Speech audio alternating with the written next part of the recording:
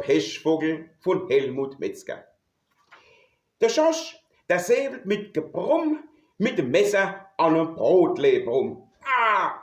Da ritscht er ab am Knärzelrand und stoßt sich das Messer in die Hand. Der Schorsch brillt auf vor Schmerz und Wut, der Kischeboden schwimmt voll Blut. Seine Frau, die ruft bei dem Gezeder vom Roten Kreuz die Sanitäter. Die fahren den Schorsch dann dabei aus ins Frankenthaler Krankenhaus. Das Verbinden ist dort kein Problem, nach einer Stunde darf er wieder heim. Seine Frau hat in der Zwischenzeit der Boden schön vom Blut befreit mit Wäschbenzin und so. Schmeißt das Ganze in den Klo.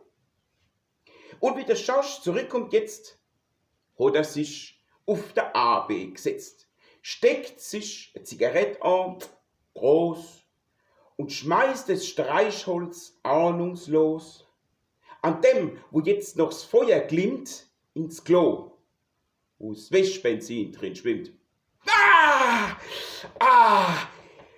Da steigt der Stichflamme in die Höhe, ums Hinterteil vom Schorsch war's geschehen. Ach Gott, was tut denn man das Zwacke, Brandblose an der ganzen Backe. Seine Frau ruft 3 Minuten später zum zweiten Mal die Sanitäter. Die legen den Schorsch jetzt auf die Bar, weil's Laufen nicht mehr möglich war. Da stutzt vom Roten Kreuz der eine. Sie, haben wir uns nicht schon mal gesehen?